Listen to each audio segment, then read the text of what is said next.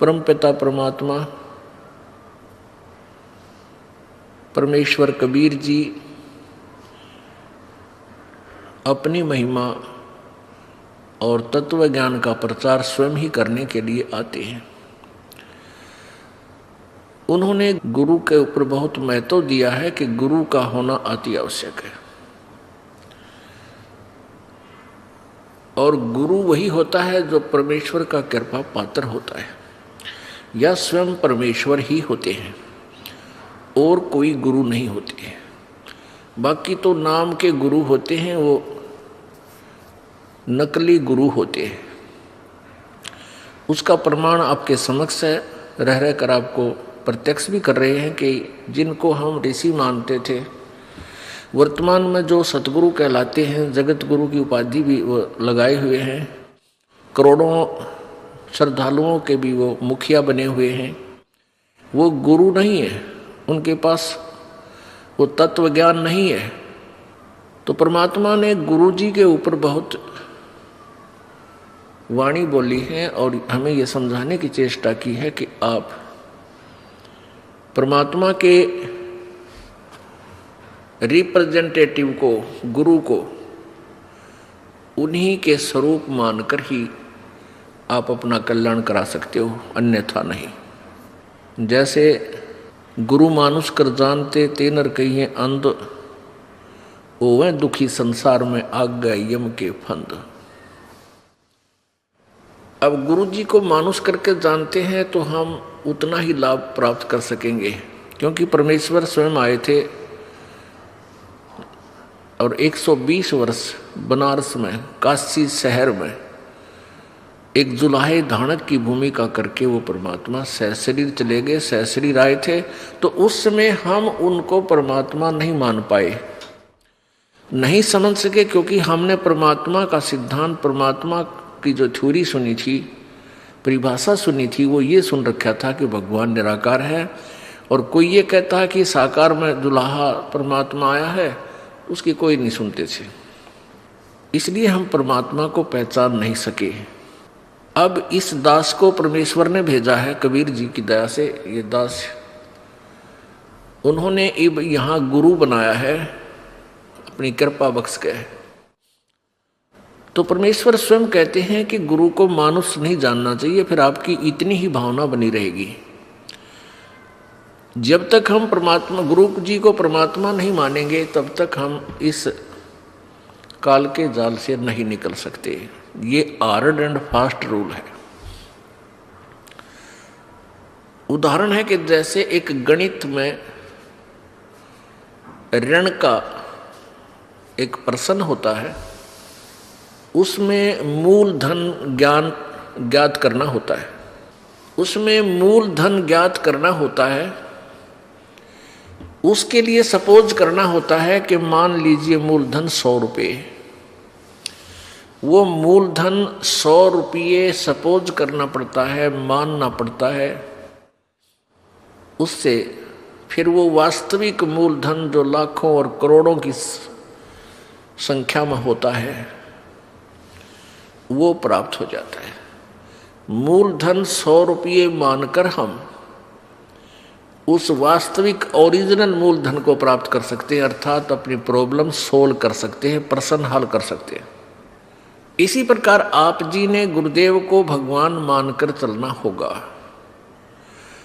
क्योंकि जैसा भी आप यहाँ रिहर्सल कर रहे हो, जैसा भी व्यवहार, जैसी भी सोच आपकी इस दास के प्रति है, वो आपकी सोच आखिरी तक बनी रहेगी। जब आप संसार त्याग कर जाओगे, आगे परमात्मा त्रिकुटी के ऊपर आपको इस दास के रूप में मिलेगा, और वहाँ वो परमात्मा आपकी सद्भावना, आपका शिष्टाचार, आपके अंदर के विचार कि आप कैसी भावना इस दास के प्रति रखते हो, तो वहाँ आपके हृदय की अंतर्यामी परमात्मा वहाँ आपकी फिर परीक्षा होती है, लेगा। तो इसलिए आप जी ने परमात्मा के आदेश अनुसार गुरु जी को परमात्मा मानना चाहिए। गुरु परमात्मा नहीं है, लेकिन आप जी ने उनको भगवान मानना पड़ेगा यदि ये प्रश्न हल करना है तो, नहीं तो हो ही नहीं सकता, ये नियम है। परमेश्वर कबीर जी कहते हैं, मम संत मुझे ही जान मेरा ही स्वरूपम। मेरे संत को, मेरे प्रतिनिधि को मुझे ही जान, वो मेरा ही स्वरूप समझ लेना। तो पुण्यात्मा, जैसे आपके सामने भगवान आ जावे, परमात्मा आवे, तो आपका कैसा व्यवहार होगा? ठीक है, कोई निर्धन है वो माया मांगेगा, निसंतान संतान ही मांगेगा, जैसे आपके लिए हर्षद चल रही है। लेकिन आपको वास्तव में ये पता हो ये भगवान है, आपके हृदय मान ले, तो फिर आपका कैसा व्यवहार होगा? अरे सामने भगवान खड़ा और आप कैसे बोलोगे, कैसे विचार करोगे, कैसे उनके प्रति भावना रखोगे? उनको अंतर्यामी जान के आप मन में सोच भी गलत नहीं ला सकते और लेनी भी नहीं चाहिए। और न ही गुरु जी के सामने यानी प्रभु के सामने झूठ बोलना चाहिए, क्योंकि फिर सारे फाउल पॉइंट है। अब गुरु जी के सामने आप झूठ के बोलोगे, कहते को गुट्टी ला गया बीच में, नाम टूट गया, और नहीं बताओगे तो आपका नाम खंड है, लाभ हो को नहीं, कनेक्शन कट चुका है ऑटोमेटिक। तो यह झूठ बोल के भी के आपने फिर फायदा हुआ, लाभ हुआ, हानि हुई, बल्कि लाभ नहीं हुआ। और भी कोई माता धोखा को कोई और किसी भी कारण से नाम खंड हो जाता है, तुरंत बताना चाहिए। ठीक है, ये दास क्या करेगा, थोड़ा बहुत धमकावेगा, करड़ा करूंगा, भाई गलती है, खबरदार, जैसे आपने नियम भंग किए हैं, तो आपका नाम फिर शुद्ध कर दिया जाएगा, री उपदेश दिया जाएगा, नहीं तो आपका कामयाबी नहीं मिलेगी आपको। लेकिन बार बार यह हैबिचुअल नहीं होना चाहिए, अगले नाम तो मिल ले जाएगा, इसका कोई समय होता है, इसकी लिमिट होती है, कितनी बार किन परिस्थितियों में आपने से खंड हुआ, फिर वो नाम आप चाहे 20 बार डेली काम करना बंद कर देगा। तो इसलिए हमने बहुत डर के, जैसे माता गर्भ को रख यत्न बना और ठेस लगे तो छन हो तेरी ऐसे भक्ति जा। किसी बहन बेटी को काफ़ी समय के उपरांत गर्भ रहा हो, फिर वो जाने है उस बच्चे की, उस गर्भ की वो कितनी चिंता करती है। रात में भी करवट लेते समय भी एकदम आंखें खुल जाती हैं, तो देखती है कहीं मेरे बच्चे पर दाब तो नहीं आएगी, कहीं बच्चा मेरा खराब तो नहीं हो जा। ऊंचे नीचे पर पैर टेकते समय भी वो कई बार सोचती है।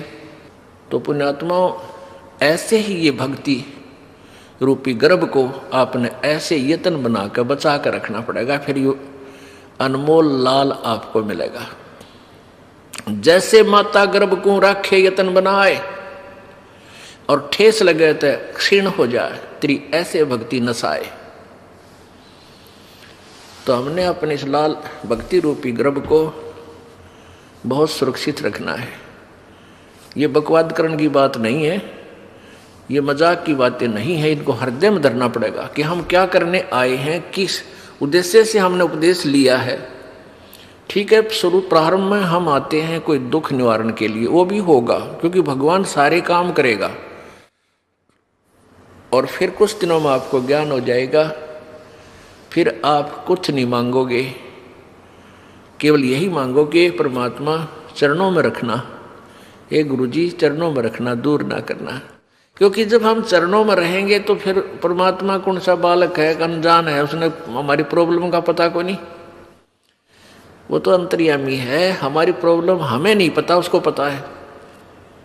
और जो सच्चे दिल से अनन्य मन से पतिभर्ता पद पे आके भक्ति करते हैं, पतिभर्ता पद का अर्थ है कि किसी और इष्ट की पूजा नहीं करे, केवल अपने कबीर परमात्मा की, नथिंग एल्स। तो ऐसे पतिभर्ता स्त्री की कहते हैं, जो जब ऐसी मदद करता है परमात्मा, पतिभर्ता जमीन पर जो धर है पाँव और समरस झाड़ू देते हैं, कहीं ना काटा लग जावे।